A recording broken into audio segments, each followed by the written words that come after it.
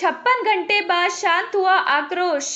विपिन की अंत्येष्टि के साथ में पार्लीमीणा इलाके में हुई 22 वर्षीय विपिन की निर्मम हत्या ने पूरे शहर को झकझोर दिया। चाकुओं से गोदकर की गई हत्या के बाद से जनता का गुस्सा हाईवे पर फूट पड़ा। आगरा जयपुर रोड हाईवे पर आक्रोशित लोगों ने प्रदर्शन कर रास्ता जाम कर दिया और प्रशासन को कटघरे में खड़ा कर दिया। पुलिस ने आखिरकार मुख्य आरोपी अनस खान को गिरफ्तार कर लिया है, जो इस पर भी हमला करने की कोशिश कर चुका था। स्थानीय लोगों के मुताबिक अनस खान कई वर्षों से इलाके में दहशत का पर्याय बना हुआ था। परिजनों और स्थानीय लोगों के भारी दबाव के बाद सरकार ने मृतक के परिवार को राहत देने की घोषणा की है। 25 लाख रुपए का मुआवजा, एक सदस्य को संविदा पर सरकारी नौकरी, एक डेयरी बूथ आवंटन। 56 घंटे तक विरोध, धरना और आंसुओं के बाद विपिन की अंत्येष्टि हुई और उस पल ने सबको तोड़कर रख दिया। विपिन की बड़ी बहन ने रोते हुए उसकी कलाई पर चांदी की राखी बांधी, वही राखी जो विपिन की आखिरी इच्छा थी।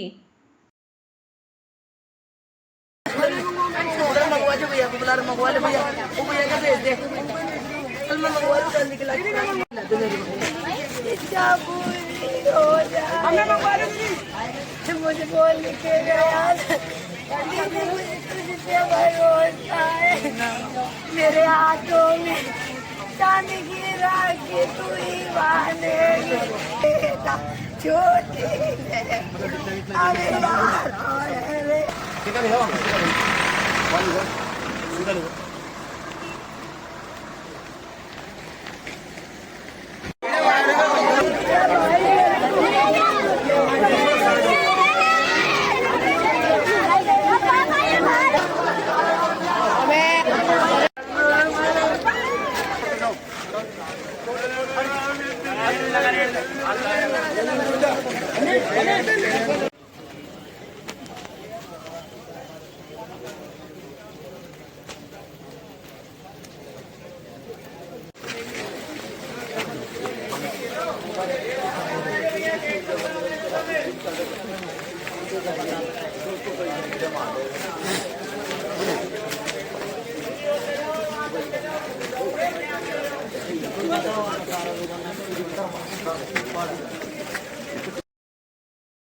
जी, मैं Dilip Verma, advocate, Rajasthan high court Jaipur, doctor BR Ambedkar अभियुक्त अपन से प्रतिनिधित्व करता हूँ।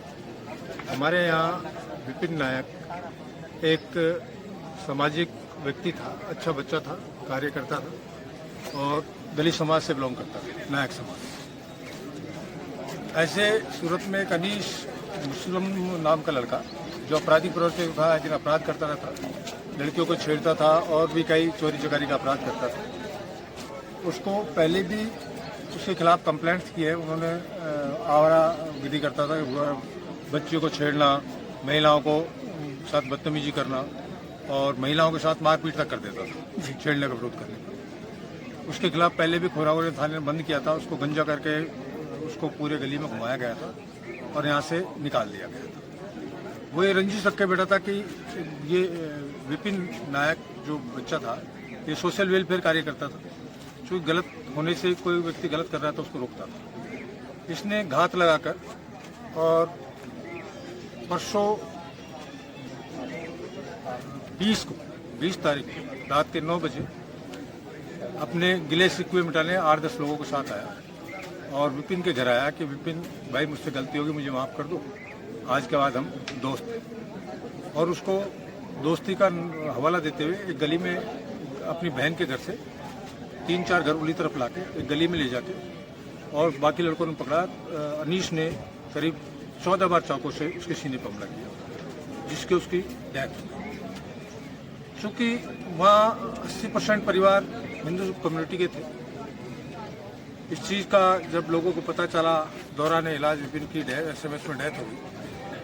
जब और लोगों को पता चला कि मुस्लिम वर्ग का अपराधी व्यक्ति ने विपिन नाम के बच्चे के साथ जानलेवा हमला किया, जिससे उसकी डेथ हो गई, तो सर्व समाज, हिंदू समाज के सारे लोगों को सहन नहीं हुआ और वो सड़कों पर उतरने के परिणाम स्वरूप हाईवे आक्रोशित भीड़ कंट्रोल के काबू नहीं होती है, और चूंकि कारण इतना जघन्य था कि घर में घुस के अपराधी ने विपिन नायक को जानलेवा हमला किया, जिससे डेथ हुई। ऐसी सूरत में आवाम जनआवाम में गुस्सा था, नाराजगी थी। आवाम सड़कों पर उतरा और हाईवे जाम करने पहुंच गया।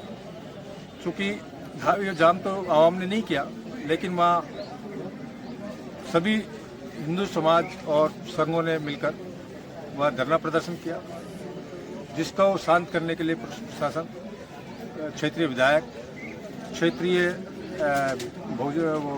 भारतीय जनता पार्टी के जयपुर शहर के प्रतिनिधित्व करने वाले रवि नैयर जी यहाँ आए।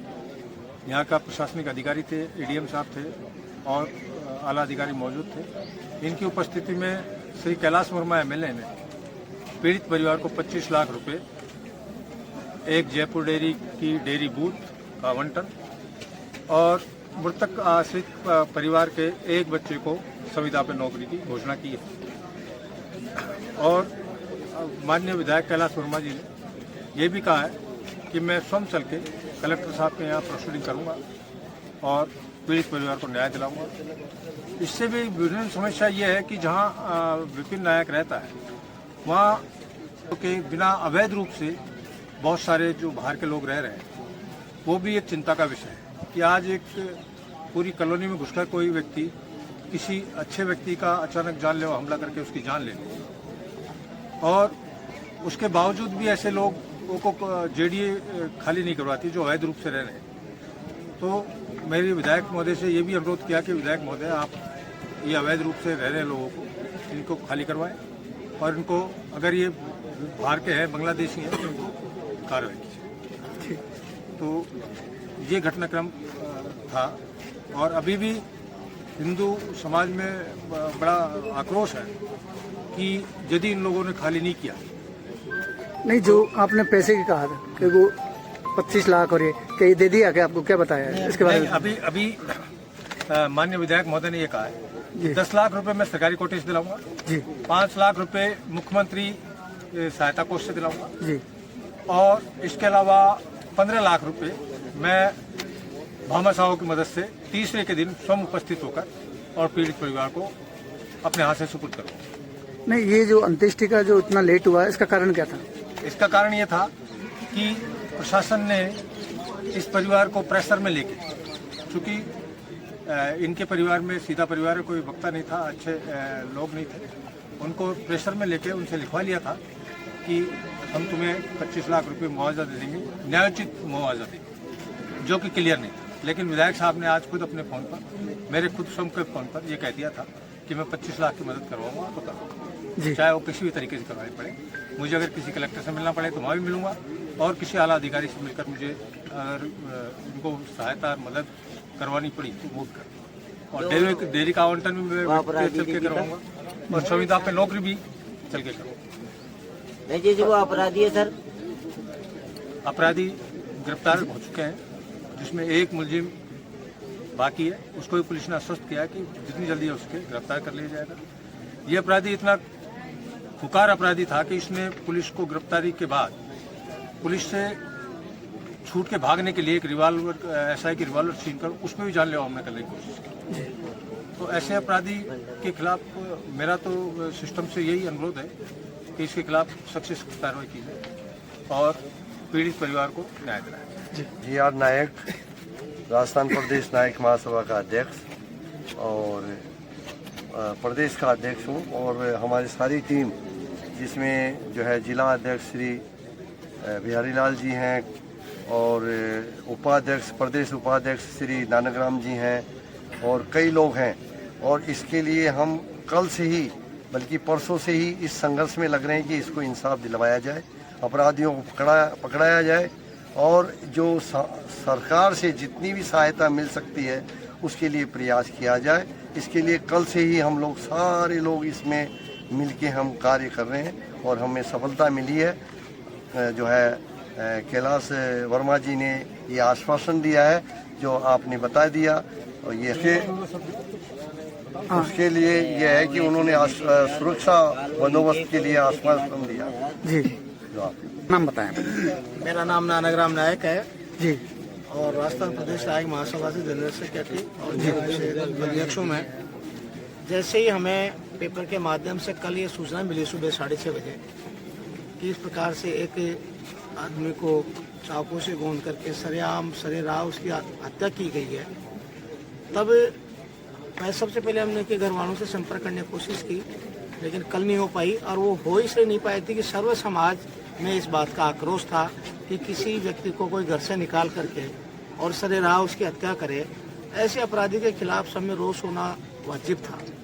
और उस रोष का परिणाम ये रहा कि प्रशासन कुछ समय तक साइलेंट था, लेकिन बाकी सब लोग जब रोड पे आने की स्थिति बनी, रोड जाम करने की बात आई, उस वक्त जब लोगों का एक बड़ा समूह मानवता के नाते एकत्रित हुआ और संगठनात्मक रूप से उन्होंने ये बात रखी कि एक बैनर के माध्यम से या वक्ताओं ने उसमें काफ़ी हिंदू संगठनों के पदाधिकारी भी थे, उनके बैनर्स भी थे और मुख्य रूप से उसमें आवाज़ थी सबके दिल से कि हत्यारों को फांसी दो, विपिन नायक को न्याय मिले।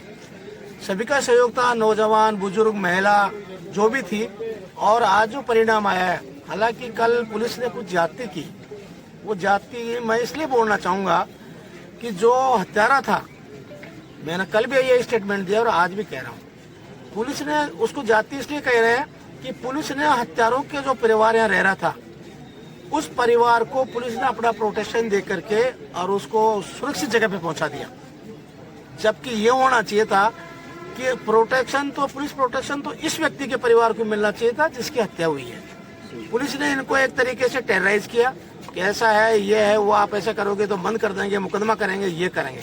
लेकिन मैं धन्यवाद देना चाहता हूँ यहाँ की जनता को, यहाँ के निवासियों को कि इन सब लोगों ने मिलकर के उस अपराध के प्रति और उस लड़के के प्रति इनका जो आगाह प्रेम था, जो लगाव था, उस आक्रोश को व्यक्त करने के लिए और इस प्रशासन को जगाने के लिए इन्होंने अपना प्रदर्शन किया।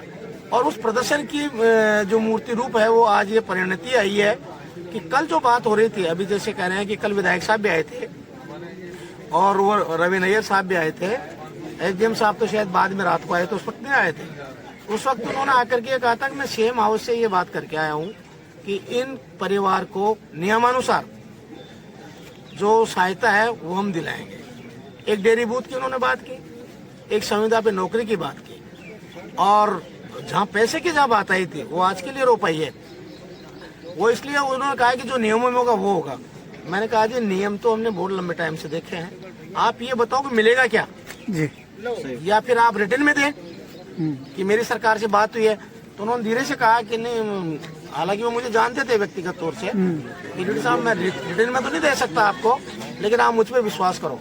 मगर जब आपको अपने गवर्नमेंट पे विश्वास नहीं है, आप उनके कई अनुसार लिख के नहीं दे रहे हो, तो हम आपकी बात कैसे मान लें। उस दौरान क्या हुआ कि पुलिस ने मतलब एक कूटनीति रचित की।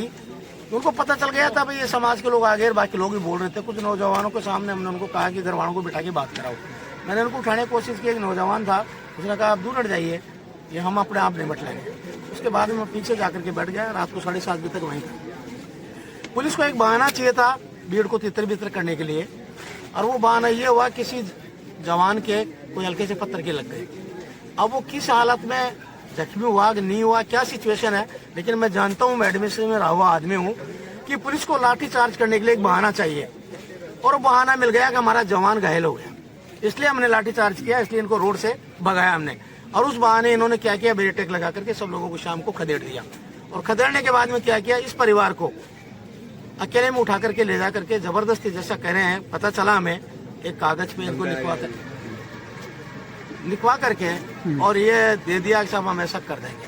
उसमें भी खाली ये था कि उसमें स्पष्ट नहीं था, उसका उस जो लेटर लिखा गया उसमें कहीं भी स्पष्ट नहीं था कि इनको इस तरीके से पैसा दिया जाएगा या ये नौकरी कब दी जाएगी। डेयरी बूथ के उसमें एक ही लाइन रख रखी थी, नियमानुसार। अब नियमानुसार एक ऐसा शब्द है कि कई बार नियमों में पूर्ति होती ही नहीं है। सरकार आउट ऑफ वे जा करके कहीं निर्णय लेती है, प्रशासनिक अधिकारी अपनी समग्रता का सदुपयोग करता है और वो उसमें निर्णय लेता है। तब ये अभी जो आपने एक मेरे साथी से पूछा कि इसकी बॉडी में डिले क्यों हुई, वो डिले का कारण ये हुआ कि हम लोगों को विश्वास नहीं, इन लोगों को विश्वास में नहीं लिया गया इन लोगों के साथ में धोखा किया गया। आज सर्व समाज के लोग वापस इकट्ठे हुए, सुबह बॉडी लेने से मना किया गया। हमारे समाज के सारे प्रतिनिधि आए, दिगर समाज के कार्यकर्ता और सारे कॉलोनी के निवासी और सब लोग इकट्ठे हुए। उसके बाद में सबके सामने बैठ करके बात हुई कि माननीय विधायक साहब से फोन पर, सम्माननीय वकील साहब से बात हो करके उन्होंने कहा ये बात है। तो अब दूसरे जो इनके पार्षद के प्रतिनिधि है उन लोगों ने सबने मिलकर के गारंटी ली हमारे पास उनकी वो वॉइस जो बात हुई है वो इनके वकील साहब के पास में उनके फोन पे है। ऐसा नहीं है कि वो मुकर जाएंगे। अब जब ये चीज हो गई, सारी हो गई, उसके बाद में फैसला किया गया कि भाई यह बॉडी हमें ले लेनी चाहिए। और ये सारा जो घटनाक्रम हुआ है, ये स्थिति प्रशासन ने संभाल ली, वरना तो ये स्थिति नाजुक होने वाली थी। और अभी भी मैं आपके माध्यम से, मीडिया के माध्यम से प्रशासन तक अपनी बात ये कहना चाहता हूँ, ये जो लोग परिवार रह रहा है, इसको बहुत लंबे समय तक पुलिस प्रोटेक्शन की आवश्यकता है। और उस कॉलोनी में नियमित रूप से संबंधित एसएचओ को यह निर्देश संबंधित, क्योंकि उसके परिवारजन, कुछ लोगों को इन्होंने आइडेंटिटी भी किया है। जिन लोगों की कल स्पीच हुई थी उनमें से कुछ लोगों को मोबाइल पे मैसेज भी दिया गया है, उनको पढ़ाया जा रहा है कि आपने कहा था ये सही नहीं बैठ रहा है। अब वो एक अलग बात है, कब क्या होगा। लेकिन मेरा प्रशासन से ये निवेदन है आपके माध्यम से, मीडिया के माध्यम से, कि इस बस्ती में, इस कॉलोनी में संबंधित एसएचओ को पाबंद किया जाए कि नियमित रूप से वो है जो पार्टी गश्त करे रात को और सुबह तक। जो भी हुआ अब जैसा होना था, लेकिन एक है कि एक बहुत बड़ा हादसा होने से, उसकी तो हत्या हो ही गई थी, लेकिन मानव समाज में और कोई सांप्रदायिक दंगा नहीं हुआ। इसके लिए हम पुलिस प्रशासन को उन्होंने जो किया उसके लिए हम आप धन्यवाद के पात्र हैं। वो और उन बच्चों को साथ है, उन बच्चों की सुरक्षा रखी। अब इससे ज्यादा और कुछ नहीं है। बाकी हाँ, फिर हमारी एक बात और है, अगर जिसने भी कमिटमेंट किया है सरकार के माध्यम से, चाहे वो विधायक साहब ने किया हो, चाहे उनके पार्षद ने किया हो, अगर उससे कहीं मुकरते हैं तो हम सामाजिक स्तर पे इस लड़ाई को अंतिम दम तक लड़ेंगे और इस परिवार को हर हालत में राहत दिलाने की कोशिश करेंगे। धन्यवाद। और ये जो विपिन हत्याकांड है, इसके बारे में मेरे को जरिए फोन जैसे पता चला तो मैं रात की 12 बजे वाली ट्रेन पे बैठ के, मैं और ये हमारे पूर्व चेयरमैन साहब है गंगानगर से, कर्णपुर से, ये भी मेरे साथ आए हैं, और हमारे सौरभ जी राठौड़ है वो भी हनुमानगढ़ से हैं। तो देखो ये जो विपिन हत्याकांड है बड़ा जघन्य अपराध है।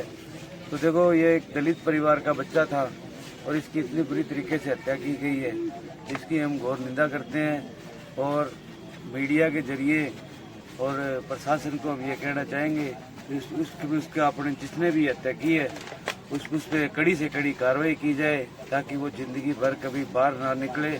और उसने किसी का लाल उजाड़ा है तो उसको भी ऐसा पता चले भी किसी का लाल उजाड़ने से क्या होता है। मैं इस परिवार के साथ खड़ा हूँ।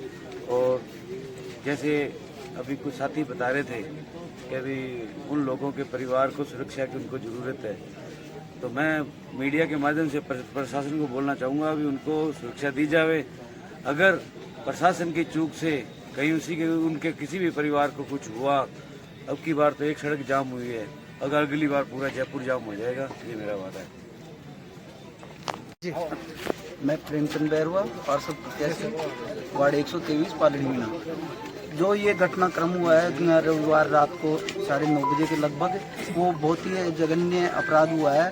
और जो अनस नामक व्यक्ति ने, अपराधी ने, जो कि हिस्ट्री सीटर घोषित हो चुका था, पुलिस प्रशासन की लापरवाही से वो इतना बड़ा कांड कर सका। जबकि पीड़ित परिवार के माता पिता और बहनों ने भी प्रशासन को अवगत कराया था कि भाई इनको ये ऐसे धमकी दे रहा है। प्रशासन ने सही समय पर उचित निर्णय नहीं लेने की वजह से ऐसा कांड हुआ। उसके बावजूद कल भी घटनाक्रम चला, सुबह से लेकर शाम तक। प्रशासन ने और माननीय एमएलए साहब ने भी आश्वासन दिया कि हम नियमानुसार देंगे, लेकिन रात तक भी क्लियर नहीं किया जा सका। उसके परिणाम स्वरूप आज सुबह फिर सभी लोग आसपास के और कॉलोनी वासी एकजुट होकर और वापस डेड बॉडी नहीं उठाने की वजह से आज ये परिणाम सामने आया कि हम 25 लाख रुपए कैसे भी मैनेज करके देंगे। ये अभी तक मेरे व्यक्तिगत राय के हिसाब से सिर्फ आश्वासन माना जा सकता है। जब तक सामने कोई चीज़ लिखित में या ठीक है उन्होंने मौके कह दिया, हम विश्वास करते हैं और विश्वास करना पड़ता है, लेकिन जब तक वो चीजें उस पीड़ित परिवार को पूर्ति नहीं होगी हम उस चीज को नहीं मानेंगे। और पुलिस प्रशासन की तरफ से जो जिस प्रकार से परिजनों को तिलक हॉस्पिटल में ले जाकर और टेरराइज करके और उनसे कई तरह की चीजें मनवाई गई, ये उचित नहीं है। और जो एमएलए साहब है चाहे तो वो अपने बजट से भी कल ही घोषणा कर सकते थे, लेकिन ऐसा उन्होंने नहीं किया और आज तक डेड बॉडी को ये परिणाम तक आना पड़ा। और आज फिर भी जैसे भी हुआ बढ़िया हुआ और डेड बॉडी का आज दाह संस्कार किया जा रहा है। मैं तो प्रशासन से ये भी चाहूंगा कि जो जेडी कॉलोनी की जीएफ ब्लॉक है उसमें जो अवैध रूप से रह रहे हैं उन लोगों के खिलाफ कार्रवाई करे, उनके खिलाफ एफआईआर दर्ज हो और जेडीए वो जो क्वार्टर अलॉट नहीं किए उन लोगों को वापस वहां से खदेड़ कर और उनको अलॉटमेंट करें, ताकि जो परिवार खरीद के और वहां पे रहेगा, परिवार सहित रहेगा, तो वो ऐसी गुंडागर्दी या ऐसी गतिविधियां नहीं करेगा जैसे एरिया में अशांति हो। हालांकि ये सभी लोगों की समस्या और सभी समाज के सभी कॉलोनी वासियों के समस्या बहुत बढ़िया निर्णय हो गया, शांतिपूर्वक निमट गया, नहीं तो बहुत बड़ा एक सामाजिक सौहार्द बिगड़ने की संभावना थी। धन्यवाद। अग्रवाल, जो मेरी दुकान विमल किराना स्टोर के नाम से है, मीनापाड़ी जेडी क्वार्टरों में है। ये विपिन नाइक है जो 15 साल से मैं इसको बच्चों की तरह पाला था। 15 साल से मेरे पास काम कर रहा था लेकिन मेरा तो एक मानो कैसे कोई मेरा बेटा खत्म हो गया, एक मेरा मतलब खंदा छिन गया साहब। तो इससे बढ़िया से बढ़िया मैं तो गवर्नमेंट से हमारे बढ़िया किस तरह का था ये? बहुत बढ़िया बच्चा था, बहुत बढ़िया बच्चा था। हर दुख सुख में, हर कॉलोनी में हर के साथ काम आता था साहब, हर चीज में दुख सुख में काम आता था। बहुत बढ़िया बंदा था साहब।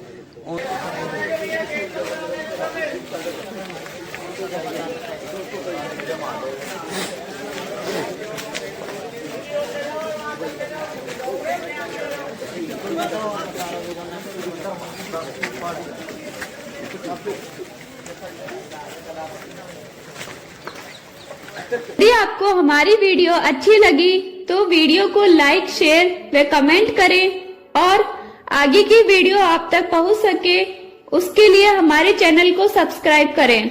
धन्यवाद।